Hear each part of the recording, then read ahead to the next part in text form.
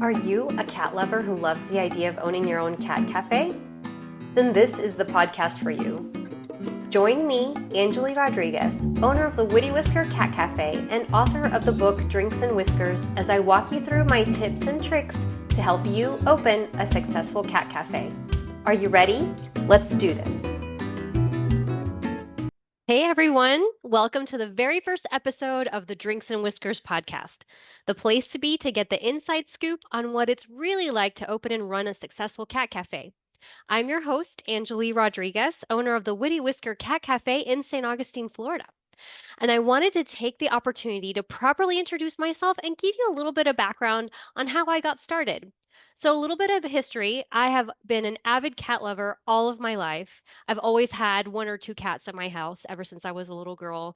And my parents would feed the neighborhood strays and take in, the little cats that would come to our back door, take them to the vet, make sure that everybody was taken care of. Did have the opportunity on the, rare occasion when we didn't have, um, a cat of our own. When we went, to the animal shelter to pick out a cat, it absolutely broke my heart seeing those cats stuck in cages. Now I know the animal shelters were doing the best that they could possibly do to keep them safe and healthy, but seeing those cats inside of those small cages always kind of made me feel really, really sad. So, I just, never really enjoyed going to the animal shelter for picking out my cats. But, you know, that's how we got some of our cats, and that's a wonderful way to do it too.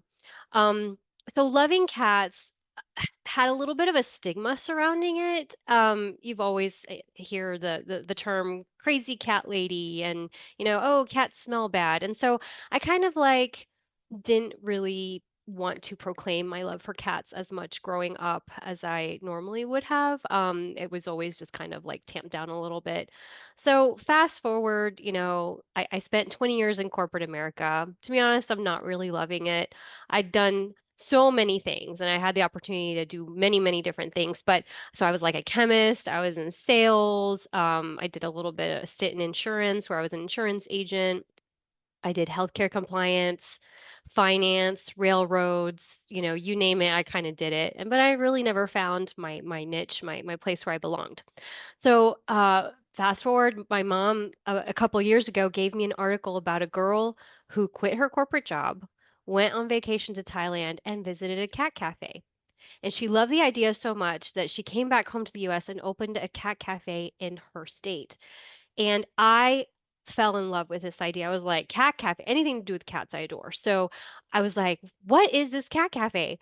So basically, for those of you who aren't really sure what a cat cafe is, it's a place to hang out with cats and drink coffee, maybe buy a little bit of something to eat, and just kind of feel nice and homey and, you know, comfortable, right? They started in Taiwan back in the 1990s, when people who lived in apartment complexes that didn't allow animals, they would actually go to these cafes and, again, buy something to eat, hang out with cats. It was really cute. Um, so in Taiwan and in Asia where these cat cafes first started, the cats were typically permanent residents of the cafe. However, when this particular girl who I read about in the article came to America, she actually made it so that the cats were up for adoption. And I was like, immediately I felt a connection. I'm like, this is what I want to be when I grow up. So anyways, but again, there was the stigma. So I had to I kind of like I found out about it. I was like in love with the idea, but I was like, I don't know anything about business. I can't do this. And plus cats, that's not really who I am. I was still in denial.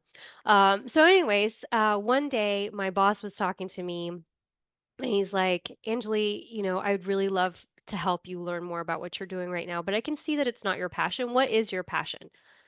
And I don't know about you, but I've always hated this question.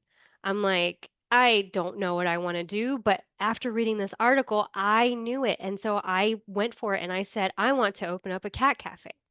So, long story short, it was the end of my career with that particular company, but that boss was really helpful because he gave me the first self-help book that I actually found helpful, and it's called You Are a Badass: How to Stop Doubting Your Greatness and Start Living an Awesome Life. And the author is Jen Sincero. And I'll go ahead and put the link to the book in the description below. But I devoured this book. It was so much fun to read. and I got excited about doing my own thing and being creative and owning my own cat cafe. And it was the first self-help book that I have been able to finish all the way through without like having to push myself to to read it. So it's a really good read, and I highly recommend it if you're thinking about doing anything in your life that's a little bit out of your comfort zone. This is a great book. So I slowly start taking steps, right? I visited Cat Cafe while I'm on vacation, visiting some friends in Indianapolis. It was Nine Lives Cat Cafe, and I fell in love. So I come home and I sit down and use the only thing that I remembered from my MBA courses. So I write a mission and a vision statement, and I put together the cutest tagline ever, which is warming hearts with a drink and a whisker. I mean, doesn't that just like make you want to like go to work every day if that's what your mission is? So I put together a business plan. And I take other steps. Like I'm in this job that I'm not really like loving. However, I take advantage of the business trips that I have to go on to visit as many cat cafes in the US as possible. So I got to visit one in Utah and another one in Missouri. It was amazing. So I it was great. And I was taking notes on what I liked and what I didn't like.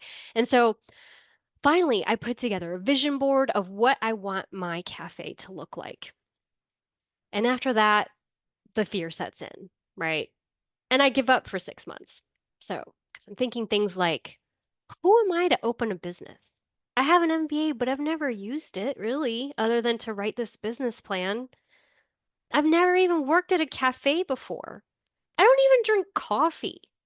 I have 3 kids in elementary and middle school at the time that I need to focus on. And finally, I'd be giving up a good paying job with benefits. So these are all valid points. I'm sure you guys are thinking the same thing. Okay, what made you change your mind? So it was the first thing I thought about when I woke up in the morning and the last thing I thought about before going to sleep for 6 months straight.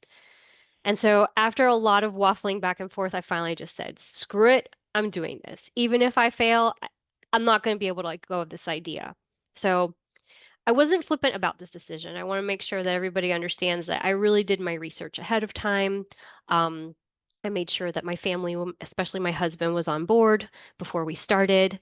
And I used all of my knowledge that I had about working in finance to put together a top-notch business plan, complete with financial statements, estimating out our first 3 years of operation. And and it was good. Like when we took it to the bank, it was they were like, "Oh, this is a really well put together business plan." So after that, I was full steam ahead, but it wasn't smooth sailing exactly. So we were ultimately denied a business loan by our bank. But then, you know, stuff happened and we were able to find money from like either our savings accounts or our retirement accounts, and even my parents stepped in and helped out a little bit. Um, I had an anxiety attack when I signed my lease because this was a big deal. Like we were taking on a huge expense, and we weren't really 100% sure whether it was going to work or not. But I signed it, and the pandemic hit full force and delayed construction and opening. But we opened in 2020, one day before my 41st birthday, and we're still here 4 years later. So I hope that this is an inspiration to people to know that this is a solid business plan. You can make it work. And it is possible. It is a true business plan. You can make money off of it. So it's not a lot of money, but you can make money. All right. So as I look back on it now, it all kind of seems like a blur. But those first couple of years, people were just so fascinated with our place. Everybody who came in, our wonderful customers, like they were amazing, and they kept asking me, "How did you do this?" Um, and people came into the cafe, they loved it so much, they were like, they wanted to do it too. They're like, "Oh, I want to do this in my area." And I'm so grateful for all those people who were interested in knowing and who still are interested in knowing more about my story.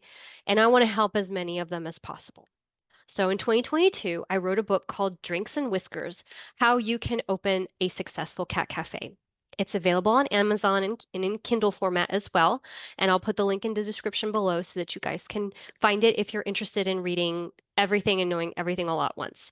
But after reading the book, some people had a couple more questions. So I actually started doing a couple of consulting calls.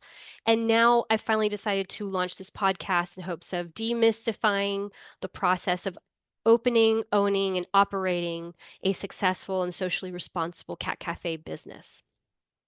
So you might be wondering why? Why do you want to do this podcast? Why do you want to help people? Aren't you giving away your, industry secrets and things like that? My ultimate mission is to help as many cats as possible. So if there's people out there who want to learn about what it's like to do what I'm doing, I'm absolutely totally open to, telling you about my book and sharing my insights and maybe doing some consulting. I would absolutely love to help you with that. And I love people who want to help cats. And I want to help as many people as possible to reach their dream. I wouldn't have been able to do what I'm doing today if it hadn't been for the amazing people who patiently answered my questions along the way. And so this is my way to pay it forward. Um, and there you have it. That's all about me. I hope you enjoyed getting to know me a little bit. Before I let you go, I do want to mention a couple of caveats for this podcast. First of all, Drinks and Whiskers is about my experience owning the Witty Whisker Cat Cafe. Particularly, I'm located in the United States, specifically in the state of Florida. So make sure that anything that you listen to on this podcast, that you actually do your own research and follow the rules for all the governing bodies that apply to your specific area. I have classified myself as, and when I signed up as a business, I'm a for-profit business. So I cannot and do not solicit donations. And I cannot use volunteers for my day-to-day operations. And yes, the folks that work at the Cat Cafe are paid employees. We do use volunteers occasionally, but only when we're closed. So on the days that we're actually accepting money, from customers, we pay our employees. So if you are thinking about making your cat cafe a nonprofit, then the rules are going to be a little bit different, and I don't know about those. Um, Finally, I am not a rescue. I have partnered with a local rescue to help them get their cats adopted, and we basically function as a large foster that cares for cats that are ready for adoption. And in my business model, I do not include any veterinary costs. So none of that, um, that's not a cost that I incur. So I don't know how other cat cafes do it, but that's how I operate. All the cats that come to our cafe are already vetted, meaning they are spayed or neutered.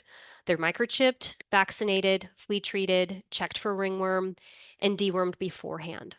So that's it. Thank you so much for listening to the Drinks and Whiskers podcast. Until next time, how can you warm hearts with a drink and a whisker? See you then. Bye. Thank you so much for listening to today's episode of the Drinks and Whiskers podcast.